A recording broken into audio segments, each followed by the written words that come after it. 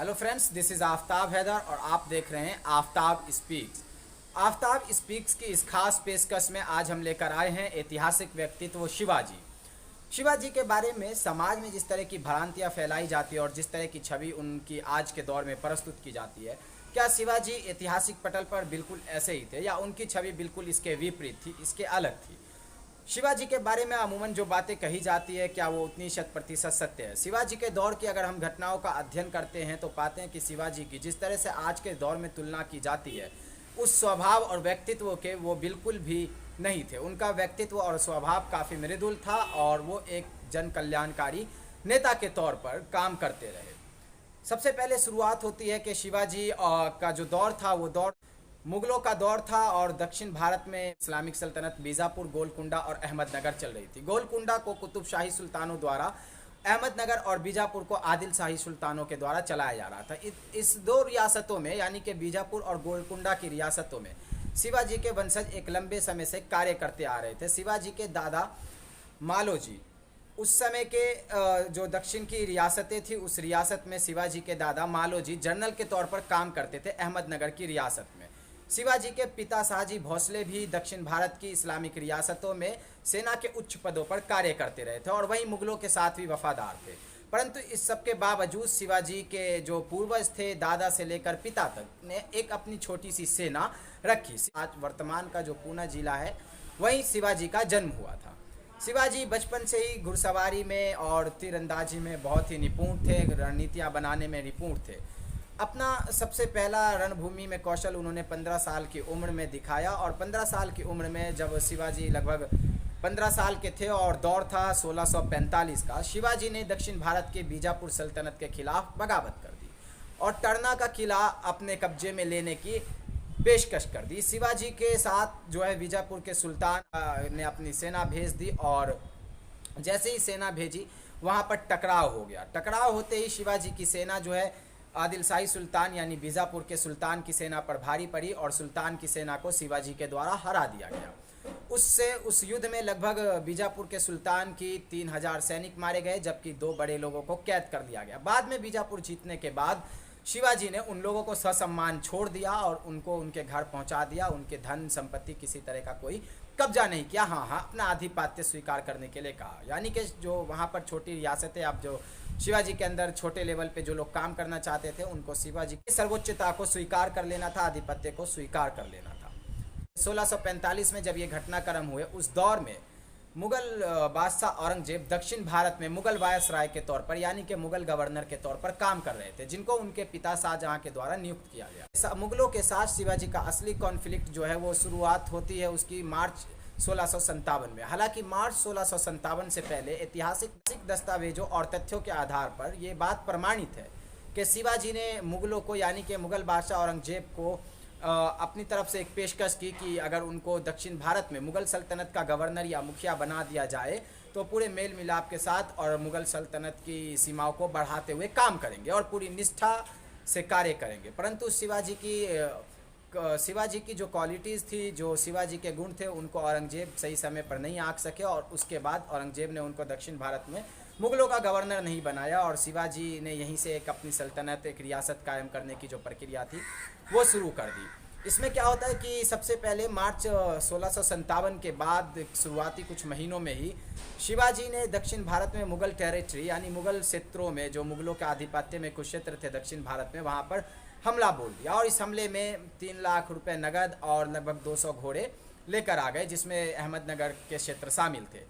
जब औरंगजेब को इस हमले की इस घटना की खबर मिली तो औरंगजेब ने अपने एक सेना के उच्च गवर्नर, जो उच्च पद पर आसीन थे, सेनापति नासिरी खान को रवाना किया और शिवाजी के साथ युद्ध के लिए भेज दिया।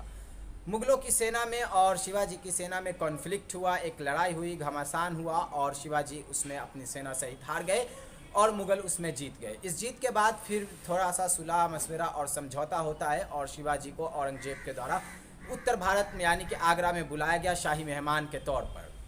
खैर, जो भी हो, इस तरह की बातों से सिद्ध होता है कि ये जो कॉन्फ्लिक्ट थे, राजनीतिक कॉन्फ्लिक्ट थे और राजनीतिक मांगों को लेकर इस तरह के विवाद चल रहे थे। शिवाजी और शिवाजी के जो वंशज थे वो मुगलों की राजशाही नौकरशाही व्यवस्था में और दक्षिण भारत के रियासतों इस्लामिक रियासतों में कार्य करते रहे थे और इस तरह का कोई कॉन्फ्लिक्ट नहीं हुआ था।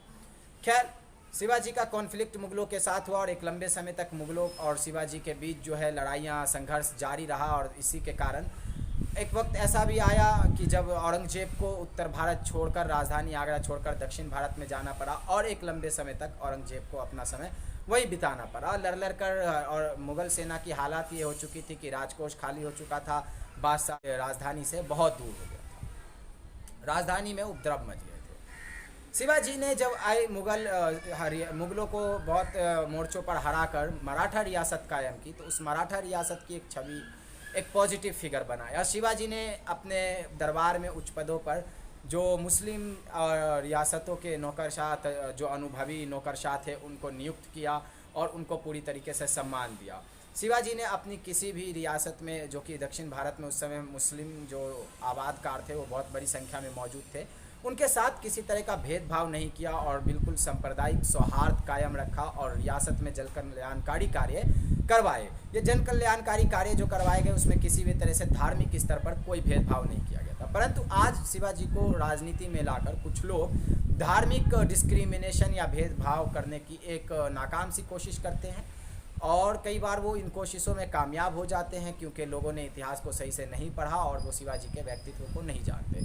शिवाजी बिल्कुल भी एग्रेसिव नहीं थे, वो किसी धर्म के लिए कट्टर शत्रु नहीं थे, वो किसी धर्म को नुकसान नहीं पहुंचा रहे थे, वो किसी लोगों से जातीय तौर पर निजी तौर पर कोई दुश्मनी नहीं रखते थे। उनका एक अपना साम्राज्य विस्तार का जो सपना था, जो कि आमतौर पर राजाओं का होता है, शासकों का होता है, उसमें वो जरूर लगे रहे और लगातार युद्धों में संघर्ष करते रहे ताकि अपने राज्य अपने साम्राज्य की सीमाओं को बढ़ा सके।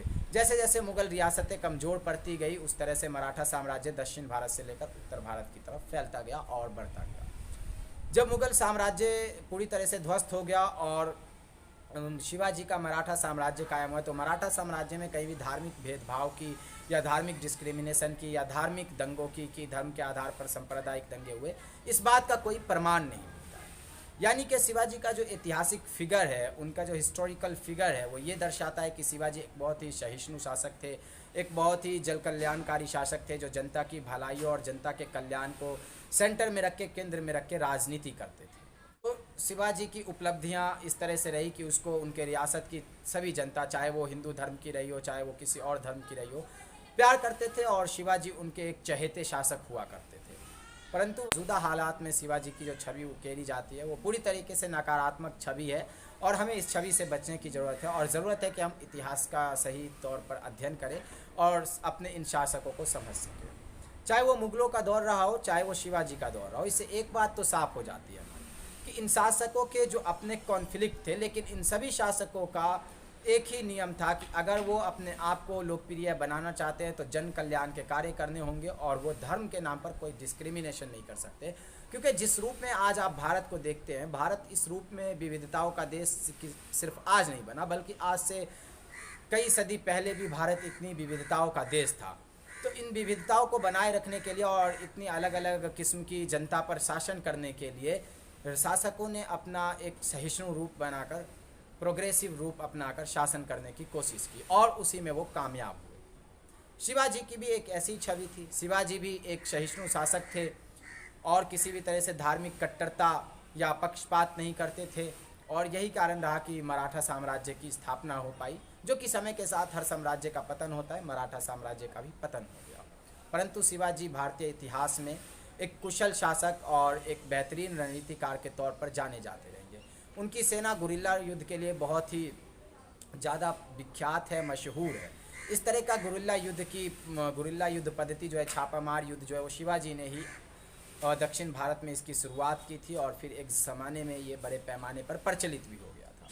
तो ये कुछ शिवाजी की उपलब्धियाँ थी। I hope you like this episode, and if you like, so please support us on YouTube through like, subscribe and share.